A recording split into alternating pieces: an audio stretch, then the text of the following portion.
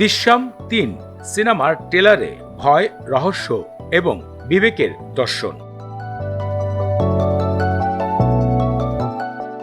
ঘনিয়ে আসছে সিনেমার মুক্তির তারিখ। সর্বপ্রথম ২০১৩ সালে এসেছিল মালায়ম সিনেমা দৃশ্যম।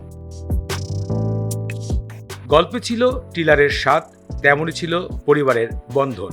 আবেগময়ী গল্প নিয়ে দর্শকদেরকে মাতিয়ে তুলেছিলেন জর্জ কুট্টি ক্যারেক্টারে অভিনয় করে মোহনলাল। জানা গিয়েছে মোহনলালের ৬৬তম জন্মদিন উপলক্ষে ২১শে মে মুক্তি পাবে দৃশ্যম ৩ সিনেমাটি। এরই মধ্যে সিনেমার প্রথম টিজার ২ মিনিট ৫ সেকেন্ডের ভেতরে দেখা গিয়েছে ভয়, রহস্য এবং কিছু বিবেকের কথা। তাই অনেকেই মনে করছেন এবার সিনেমায় জর্জ কুট্টি সমাপ্ত করবেন নিজের অপরাধ দৃশ্য।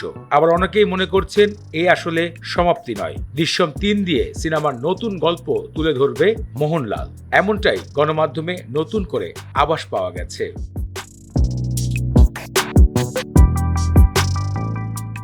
এদিকে আরো জানা গিয়েছে ইতিমধ্যে এর কপিরাইট কেনা অজয় দেবগান সিনেমার কাজ শুরু করবে দ্রুত।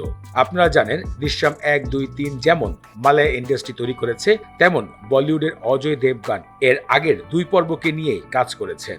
এবার ৩ নম্বর দৃশ্যমকে নিয়ে কাজ করার প্রস্তুতি চালাচ্ছেন অজয় দেবগান বলিউড ইন্ডাস্ট্রিতে।